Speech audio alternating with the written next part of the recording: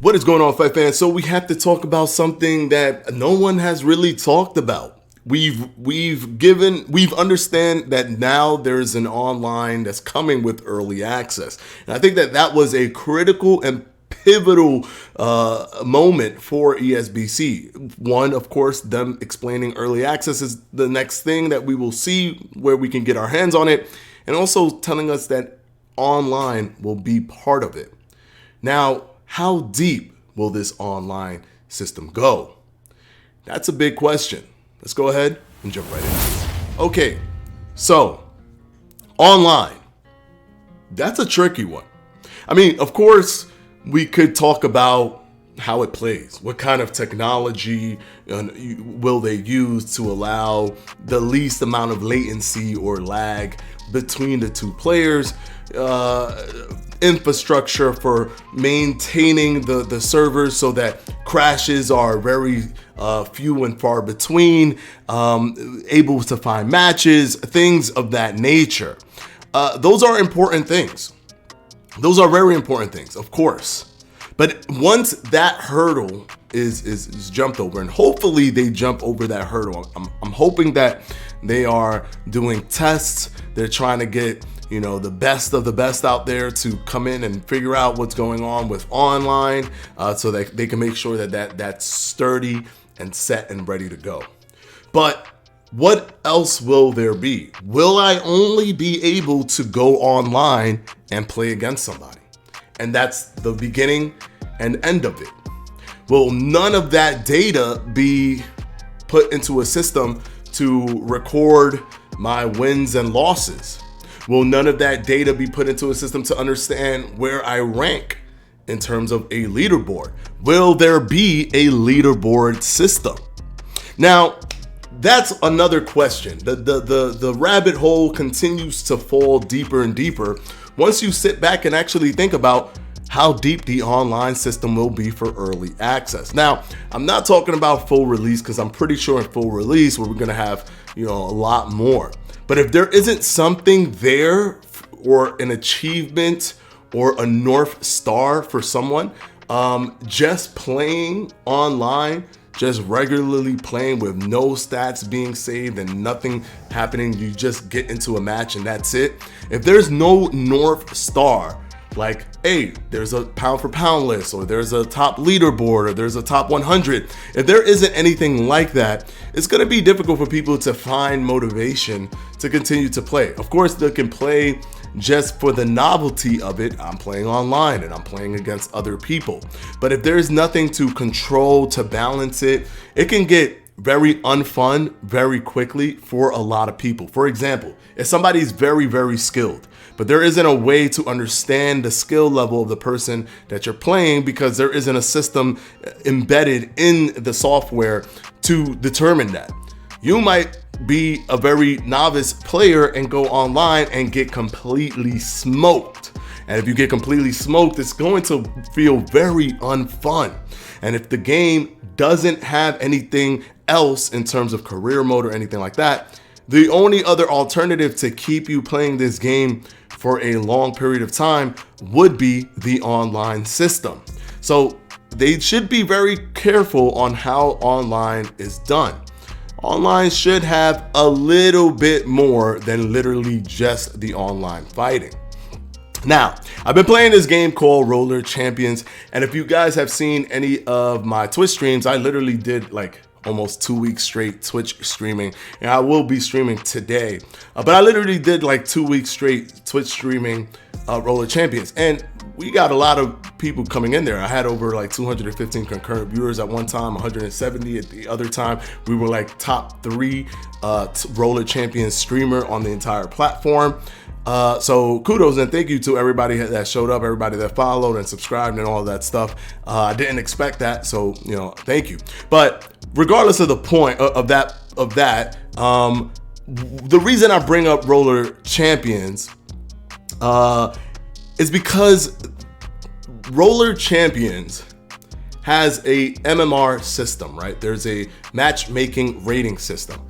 And the way it works is that it tries to always match you with someone that is similar in your skill rating. This way, you always have fun playing the game, because you're either going to be almost as good as them, probably they can be a little bit better than you, or they could be a little bit worse than you. So the competitive nature is there. So they use an MMR skill rating system. And the way the algorithm determines what your MMR is, or how your skill rating goes up, and this is what determines where you are in the leaderboards. It's not based on your wins, it's based on your MMR. It goes like this. The system allocates a MMR placement for you. It gives you 10 games. You play 10 games, and this is what's called the placement exam. Depending on who you've played in these games, how many of these games have you won, it will then throw you into a rank.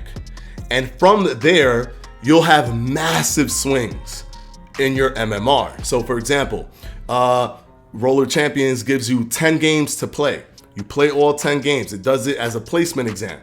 If you lose 2 games, it puts you at a very high rank. Maybe a rank, they call it National 2. So it's like National 1, National 2, National 3, World Champ, and Elite Champ, right? And then before National, there's other ones that are lower, right? So there's all these different ranks. They throw you into National 2, but they don't really know for sure if you're National 2 skill.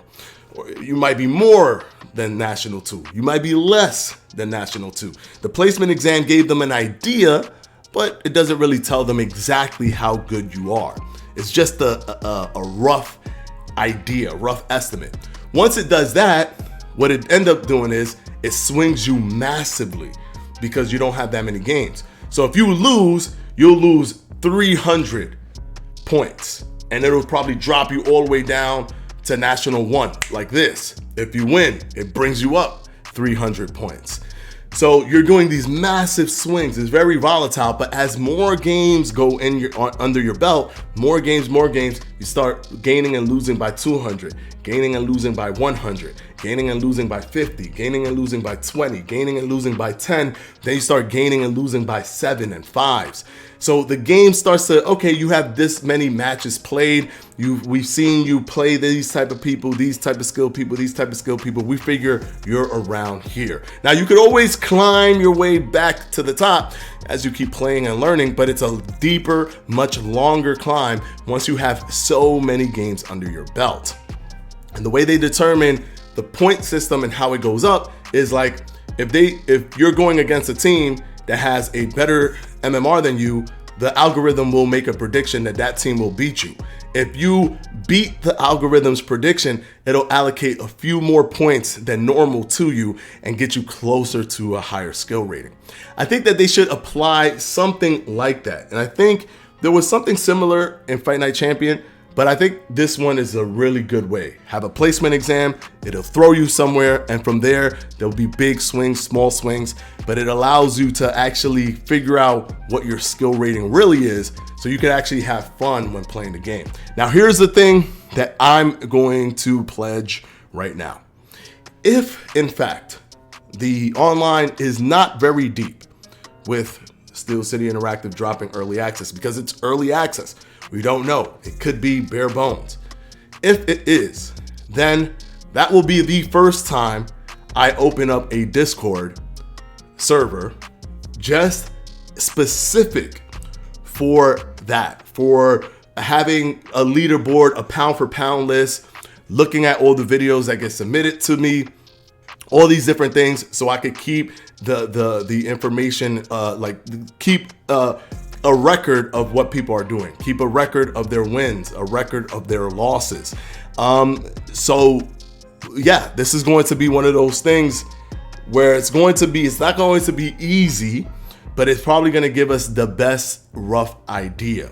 So matches will be first mentioned before you have them in the Discord, and then from there you'll be able to have the fight. Then both come and tell us what the results were, and just make sure you take a picture of everything and you can bring it back. You can also record the fights and send that if you want certain highlights and stuff to appear, but that will give us an understanding, and I will probably use an MMR system kind of setup to determine who's good and who's bad. So if you beat somebody that's really good in that Discord group, then that means that you should go a little bit higher.